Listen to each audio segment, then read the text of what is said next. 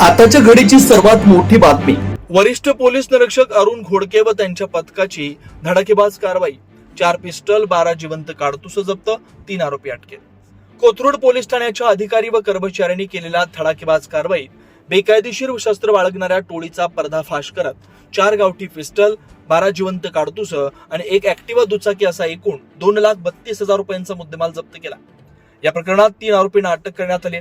Police हवालदार शकील पठाण व संजय दहिमाते यांना गुप्त बातमीदारामार्फत माहिती मिळाली होती की कमिन्स कंपनीच्या मागील बाजूस एक इसम पिस्टल बाळगून फिरतोय. या माहितीच्या आधारे वरिष्ठ पोलीस निरीक्षक अरुण घोडके यांच्या मार्गदर्शनाखाली पोलिसांनी तात्काळ सापळा रचला.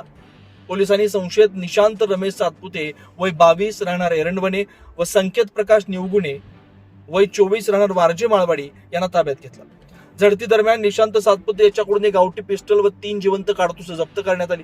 चौकशीत त्याने हे शस्त्र संकेत निवगुणे यांच्याकडून घेतल्यास कबुली दिली. यानंतर कोथरूड पोलीस ठाण्यात गुन्हा दाखल करून संकेत निवगुणे याच्याकडे सखोल चौकशी करण्यात आली. तपासादरम्यान त्याचा साथीदार श्रवण पवार याच्याकडे आणखी शस्त्र असल्याचं निष्पन्न झालं.